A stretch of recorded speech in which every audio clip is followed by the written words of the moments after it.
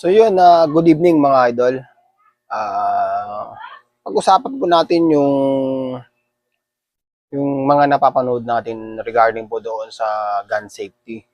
Pero po kasi akong napanood na habang pumuputok siya,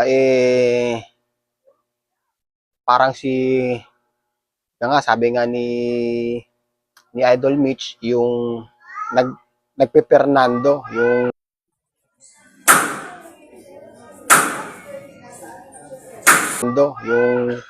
gumaganon siya. So, ano nga ba yung cause nun, mga idol? Bakit niya kailangang gumanon? Ano po ba yung mga posibleng mga mangyayari? So, yun mga idol, para sa akin po kasi yung opinion ko nun is yung improper na po yun. Yung hindi dapat ganun. Paano ka matututo kung yung nasa isip mo gawin yung mga ganong aksyon? So, idol, hindi naman sa magaling talaga tayo o professional regarding po sa paghawak ng baril. So, dapat talaga mga idol, kaya tayo may mga master tayo, merong mga nagtuturo sa atin para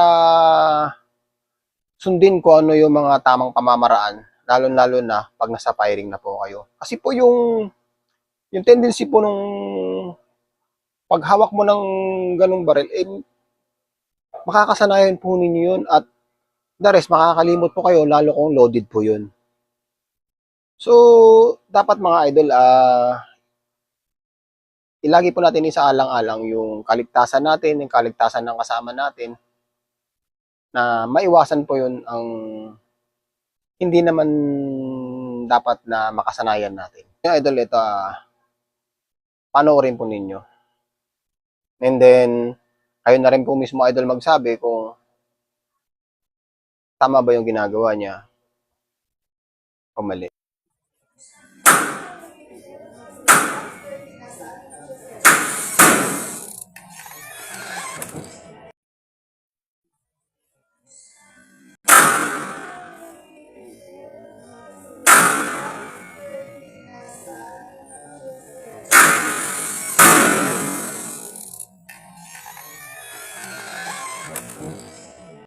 So yun lang mga idol, safety awareness lamang po para sa mga gun owners at sa mga beginner po, lalo katulad ko.